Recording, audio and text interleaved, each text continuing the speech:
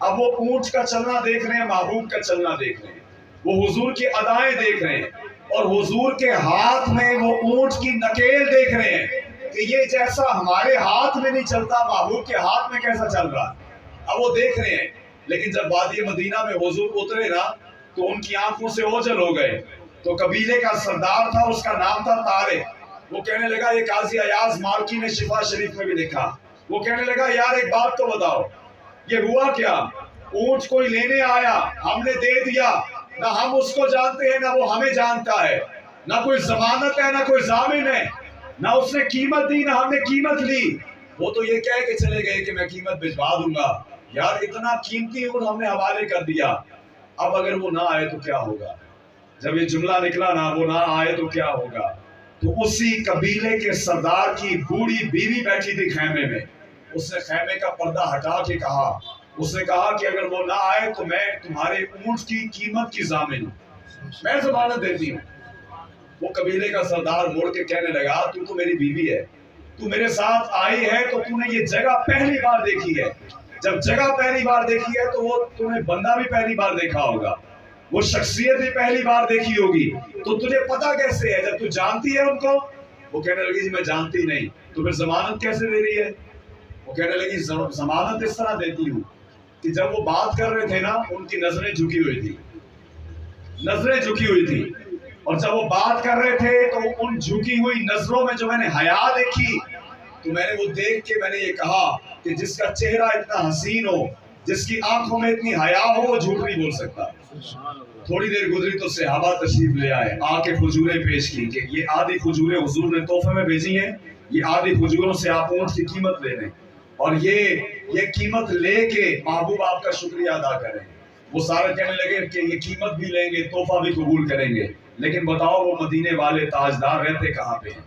ان کی بستی کون سی ہے جن کا آپ ذکر کر رہے ہیں؟ تو یاد رکھیں کائنات میں سب سے حسین میرے حضور کی ذات ہے، سب سے حسین۔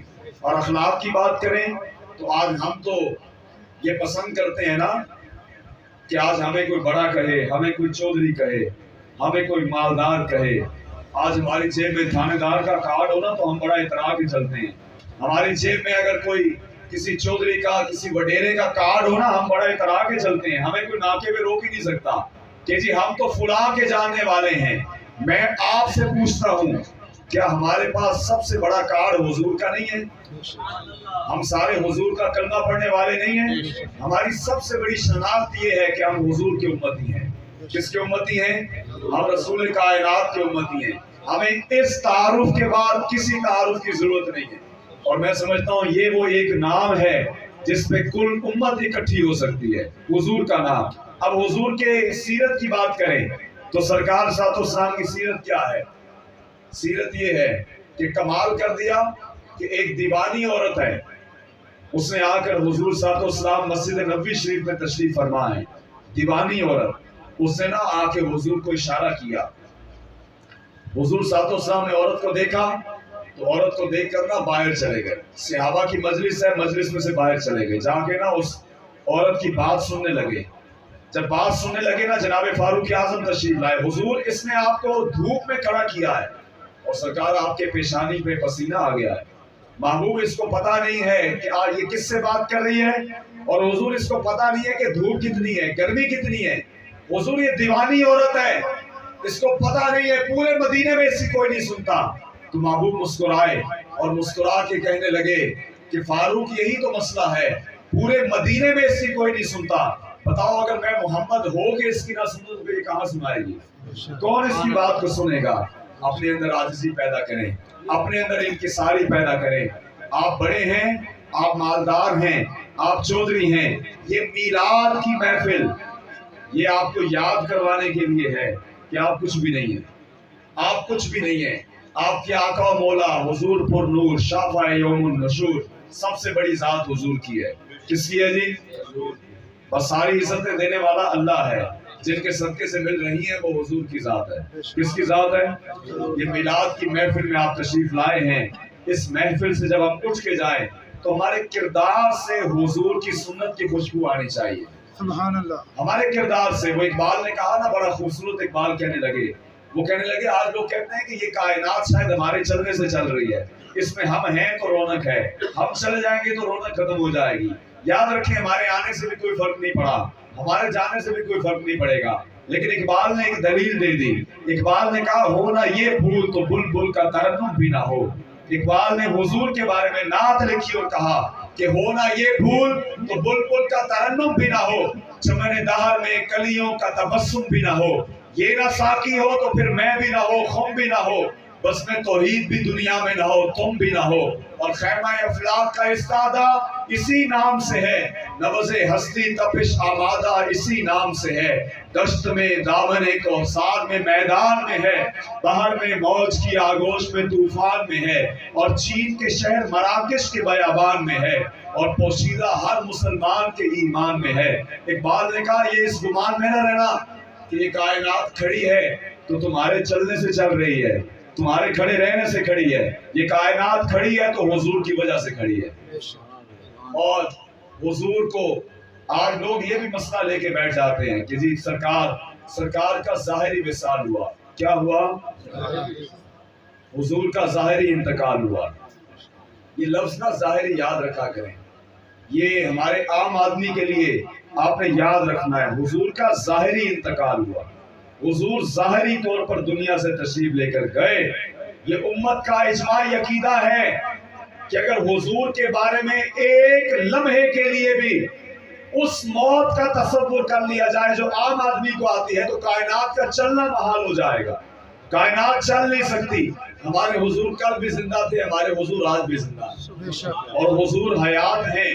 اور یہ جب بڑا خوبصورت اعلیٰ حضرت امام اہل سنت مجدد دین و ملت الشاہ امام احمد رضا خان فاضل بریلی، آپ نے نا ایک کتاب لکھی، اس کتاب کے بارے میں آپ نے اس کے اندر سینکڑوں دلائل دیے کہ زمین جو ہے وہ ساکن ہے، باقی سیارے گھومتے ہیں، قرآن و سنت سے ثابت کیا۔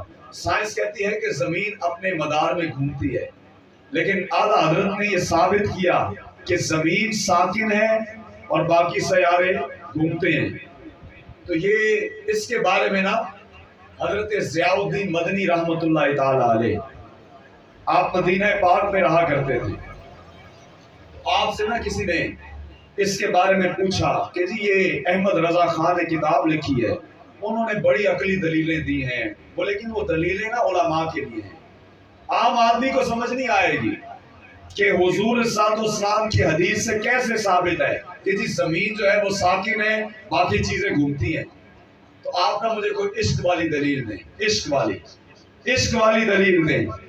تو انہوں نے کہا عشق والی دلیل یہ ہے کہ زمین کی جرت نہیں ہے زمین کی کہ یہ گھوم جائے، کیونکہ مصطفیٰ اس پہ آرام فرما رہے، بس عشق والی بات ہے۔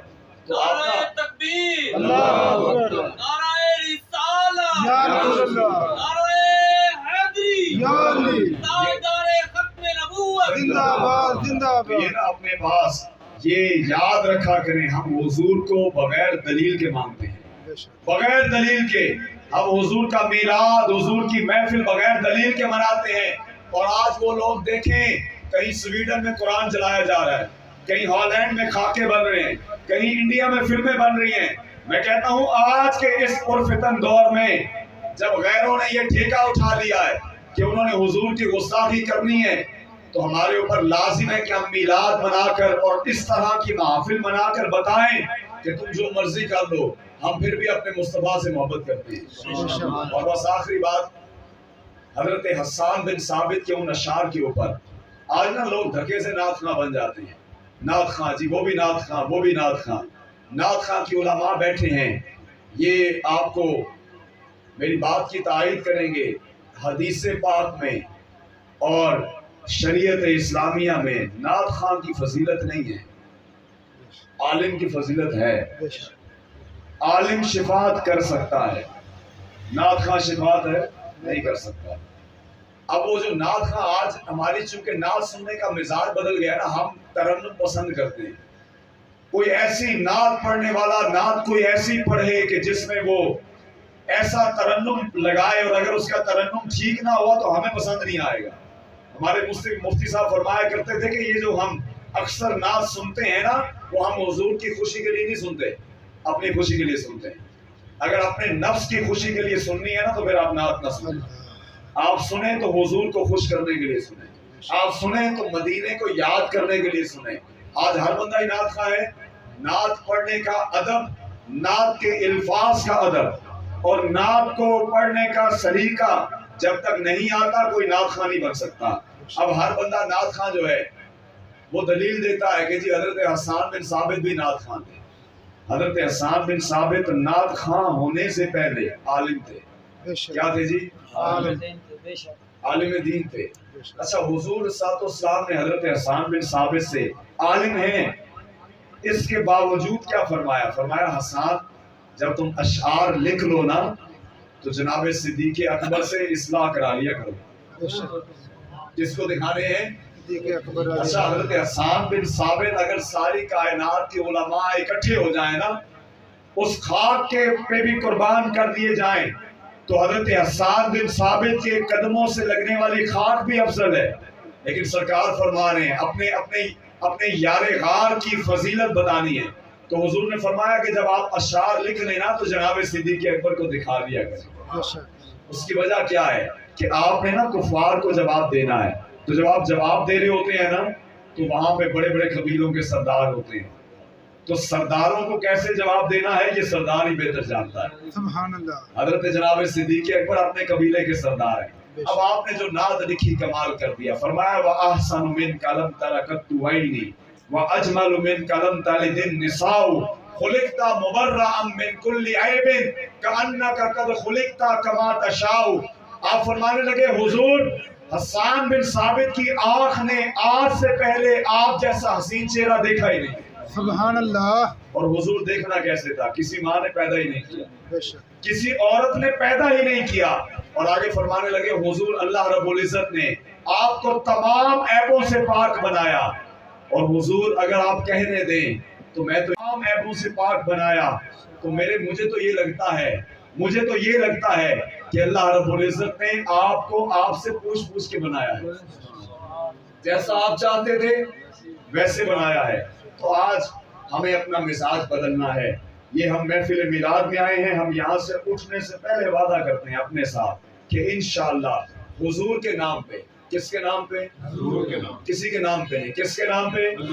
حضور کے نام پہ انشاءاللہ آج کے بعد ہماری کوئی نماز قضا نہیں ہوگی۔ وعدہ کرتے ہیں جی؟ کس سے کرنا ہے؟ حضور سے۔ کس سے کرنا ہے؟ یہ نماز نا حضور کی آنکھوں کی ٹھنڈک ہے۔ کس سے وعدہ کرنا ہے؟ اور میلاد کا مقصد بھی یہی ہے۔ اور میں یہ کہتا ہوں کسی کی داڑھی ہے، داڑھی نہیں ہے، پگڑی ہے، پگڑی نہیں ہے، ٹوپی ہے، ٹوپی نہیں ہے، جو کلین شیو ہے نا، کلین شیو جس نے ٹائی باندھی ہے لیکن ہے مسلمان، وہ بھی حضور کے دین کا مبلغ ہے۔ کیسے؟ اگر وہ جھوٹ بولے گا تو لوگ یہ نہیں کہیں گے تو نے جھوٹ بولا ہے، لوگ کہیں گے مسلمان نے جھوٹ بولا ہے۔ اگر میں اپنے کاروبار پر بیٹھ کر اپنی چیز کے بارے میں اپنی چیز کا عیب نہ بتاؤں، لوگ یہ نہیں کہیں گے تو نے عیب نہیں بتایا، لوگ کہیں گے حضور کے امتی نے ایسا کیا، عیب نہیں بتایا۔ تو مجھے آج ٹھیک ہونا ہے۔ میں اگر آج دنیا دار ہوں، اگر میں آج دیندار ہوں، مجھے ہر لحاظ سے حضور صلی اللہ علیہ وسلم کے دین کی تبلیغ کرنی ہے۔ پہلا وعدہ یہ کرنا ہے انشاءاللہ کوئی نماز قضا نہیں ہوگی۔ اور نماز کس سے وعدہ کس سے کیا ہے؟ حضور سے۔ اور کس کے نام پہ پڑھنی ہے؟ حضور کے نام پہ۔ اور ہم نے پڑھنی تو اپنے لیے ہے نا، ہمارے پڑھنے سے حضور کو کوئی فائدہ نہیں ہے۔ میں کہا کرتا ہوں کہ اگر مسجدیں بھری ہیں نا، اگر مسجدوں میں سے سارے اٹھ کے چلے بھی جائیں تو اللہ کو کوئی فرق نہیں پڑتا، اور سارے اٹھ کے آ جائیں پھر بھی کوئی فرق نہیں پڑتا۔ یہ تو ہم پڑھ رہے ہیں اپنے لیے، کس کے لیے؟ لیکن یہ نماز میرے حضور کی آنکھوں کی ٹھنڈک ہے۔ آج ہم وعدہ کرتے ہیں انشاءاللہ۔ حضرت جناب یوسف کے پاس نا ایک شخص آیا، آگے نا اسے تحفے میں آئینہ پیش کیا۔ کیا پیش کیا؟ یہ مولانا جلال الدین رومی نے مثنوی میں لکھا، آئینہ دیا۔ وہ کہنے لگے کہ یہ تم نے مجھے تحفے میں آئینہ دیا ہے، آتے ہوئے تحفے میں تو کچھ اور لایا جاتا ہے، کچھ اور لایا جاتا ہے، بازار میں ہزار ہاں چیزیں اچھی ہوں گی، تم نے آئینے کا انتخاب کیوں کیا؟ وہ شخص کہنے لگا کہ میں بازار گیا تحفہ لینے، میں نے اس چیز کو دیکھا، میں نے کہا آپ کے قابل نہیں، میں نے اس چیز کو دیکھا کہا آپ کے قابل نہیں، اس چیز کو دیکھا کہا آپ کے قابل نہیں، میری نظر نہ آئینے میں پڑی، میں نے آئینہ لینے کا سوچا اور میں نے کہا کہ آپ کو کہوں گا اس میں اپنا چہرہ دیکھ لیں، یہی تحفہ ہو گیا۔ تو ہم حضور کو کچھ نہیں دے سکتے، ہم حضور کو ان کی شان کے مطابق کچھ نہیں دے سکتے۔ ہم کیا دیں گے؟ انشاءاللہ آج کے بعد ہماری فجر کی نماز قضا نہیں ہوگی انشاءاللہ، وعدہ کرتے ہیں جی۔ آج کے بعد حضور کے نام پہ جھوٹ نہیں بولیں گے، آج کے بعد حضور کے نام پہ کسی کی بے عزتی نہیں کریں گے۔ آج تو ہم بندے کو ذلیل کر کے نا ساتھ والے کو بتا رہے ہوتے ہیں، دیکھا تیرے بھائی نے کیسا ذلیل کیا ہے، دیکھا ہے تیرے بھائی نے کیسے بات کی ہے۔ یہ طریقہ ہمارا نہیں ہونا چاہیے، یہ کم از کم میلاد والوں کا نہیں ہونا چاہیے، یہ کم از کم میلاد والوں کا طریقہ نہیں ہونا چاہیے۔ ہماری زبان سے پتہ چلنا چاہیے ہم حضور کے ماننے والے ہیں۔ کس کے ماننے والے ہیں؟ ہم نے نماز پڑھنی ہے، فجر کی نماز قضا نہیں ہونے دینی۔ ہماری زبان سے آج کے بعد انشاءاللہ جھوٹ نہیں نکلے گا، انشاءاللہ آج کے بعد انشاءاللہ ماں باپ کی نافرمانی نہیں ہوگی۔ کس کے نام پہ؟ میلاد والے آقا کے نام پہ۔ یہ منشور ہے، یہ آپ نے لے کے جانا ہے، یہ آپ کے لیے اور میرے لیے یہ قاعدہ اور قانون ہے کہ آپ کیا لے کے آئے ہیں میلاد سے، آپ جا کر بتائیں ہم کچھ وعدے کر کے آئے ہیں جو آج کے بعد انشاءاللہ وفا کریں گے۔ اور میں کہتا ہوں توفیق اللہ نے دینی ہے۔ کس نے دینی ہے؟ اللہ نے دینی ہے۔ اللہ ہمیں توفیق دے، اور یہ رب جسے دیتا ہے نا وہی رکھ سکتا ہے۔ اللہ جس کو توفیق دیتا ہے وہ آج ہمارے مرشد گرامی سے کسی نے کہا کہ جی آپ کہتے ہیں داڑھی رکھ لو، داڑھی رکھ لو، داڑھی رکھ لو، جناب آپ کی داڑھی نہیں ہے وہ برا نہیں منائیں گے۔ میں نے کہا کہ میرے کہنے سے بھی نہیں رکھنی آپ نے اور میرے نہ کہنے سے بھی نہیں رکھنی، یہ رکھنی ہے تو اللہ کی توفیق سے رکھنی ہے۔ کیسے رکھنی ہے؟ اللہ کی توفیق سے۔ تو وہ ہمارے مرشد گرامی سے نا ایک شخص کہنے لگا جی آپ کہتے ہیں داڑھی رکھو، داڑھی رکھو، اقبال کی داڑھی نہیں تھی، تو آپ اقبال کے حوالے بڑے دیتے ہیں، تو آپ پھر ہم بھی نہ رکھیں تو کیا ہے؟ آپ نے نا ایک جواب ادا کیا۔ اب آپ نے یہ نہیں فرمایا کہ یہ اقبال جو ہے وہ دلیل نہیں ہے، دلیل حضور کی ذات ہے، تو یہ آپ نے بھی یاد رکھنا ہے، اقبال دلیل ہے نہیں ہے، دلیل کون ہے؟ حضور کی ذات۔ لیکن آپ نے نا ایک جواب اس کی عقل کو سمجھانے کے لیے دیا، آپ نے فرمایا پہلے تم اقبال بن جاؤ پھر نہ رکھنا، پہلے تم اقبال بن جاؤ پھر تم بھی نہ رکھنا، پہلے اقبال بنو تو صحیح نا، پہلے ہم اس رستے پر آئیں تو صحیح۔ ہم سارے الحمدللہ عاشق رسول ہیں، لیکن ہمارے کردار سے پتہ چلنا چاہیے نا کہ ہم عاشق ہیں۔ انشاءاللہ آج کے بعد ہم کوشش کریں گے ہمارے کردار سے پتہ چلے، ماں باپ کی نافرمانی نہیں ہوگی انشاءاللہ۔ آج کے بعد میلاد والے آقا کے نام پہ اگلے سال کی ربیع الاول تک، آج کے بعد انشاءاللہ ایک پورا سال بنتا ہے۔ زندگی کا بھروسہ نہیں ہے، ابھی چلے جانا ہے، قبر میں پوچھا جائے گا تیرا رب کون ہے؟ رب کہتے ہیں نا پالنے والا، وہ ہمارا رب ہے، وہ ہمارا خالق بھی ہے، وہ مالک بھی ہے، لیکن وہ ہمارا رب بھی ہے۔ رب کسے کہتے ہیں جی؟ اونچی آواز سے بولیں۔ اس نے ہمیں پیدا کر کے چھوڑا نہیں ہے، اس نے پیدا کر کے چھوڑ دیا ہے جاؤ خود کماؤ خود کھاؤ، اس نے پیدا کر کے چھوڑا نہیں، وہ حضور کے امتی کو حضور کے نام پر ماں کی گود سے قبر تک کھلاتا ہے۔ وہ رب ہے، وہ پالنے والا ہے۔ قبر میں پوچھا جائے گا من ربو کا، ہمیں تو ڈر لگتا ہے، خدا نہ خاصہ ہم آگے سے کہیں کہ ہمارا رب اللہ ہے، اور کہیں ایسا ہو، اللہ نہ کرے، اللہ ہمیں توفیق دے ہم صحیح جواب دیں، اور کہیں ایسا ہو کہ ہم جواب نہ دے سکیں تو کیا بنے گا؟ ماں دین کا، تیرا دین کون سا ہے؟ کہیں ایسا نہ ہو کہ ہم جواب نہ دے سکیں تو کیا بنے گا؟ اور پھر جب حضور کے بارے میں پوچھا جائے گا ما کنت تقول فی ھذا الرجل، کہ بتا ان کے بارے میں تیرا خیال کیسا تھا، یہ نہیں پوچھا جائے گا کہ یہ حضور ہیں ان کے بارے میں اب کیا خیال ہے، دیکھ کے تو سارے مانیں گے، پوچھا جائے گا خیال کیسا تھا، تو اللہ کرے کہ ہم جواب دے سکیں کہ ان کے بارے میں پوچھتے ہو مر کے پہنچا ہوں یہاں اس دل ربا کے واسطے، کہ بس حضور کے نام پہ ہم نے اپنی زندگی بسر کرنی ہے۔ یہ میلاد کی محفلیں انشاءاللہ تا صبح قیامت ہوتی رہیں گی، لیکن ان کے ہونے کا اصل مقصد کیا ہے کہ میں اور آپ ہمارے کردار سے جب ہم چلیں نا تو ہمارے چلنے سے پتہ چلے حضور کا غلام جا رہا ہے۔ میں امید کرتا ہوں کہ انشاءاللہ تعالی ہمارے ان تمام تر جتنی ہم نے باتیں سنی ہیں، اللہ پاک ان پہ عمل کی ہمیں توفیق عطا فرمائے تو ہم عمل کر کے دکھائیں گے، اور یہ محفل کا اہتمام انشاءاللہ ہوتا رہے گا. جنہوں نے اس محفل پاک کا اہتمام کیا، جو احباب یہاں پہ تشریف لائے، جنہوں نے شرکت کی، اللہ پاک ان سب کے گھروں کو شاد و آباد فرمائے. وما علینا الا البلاغ.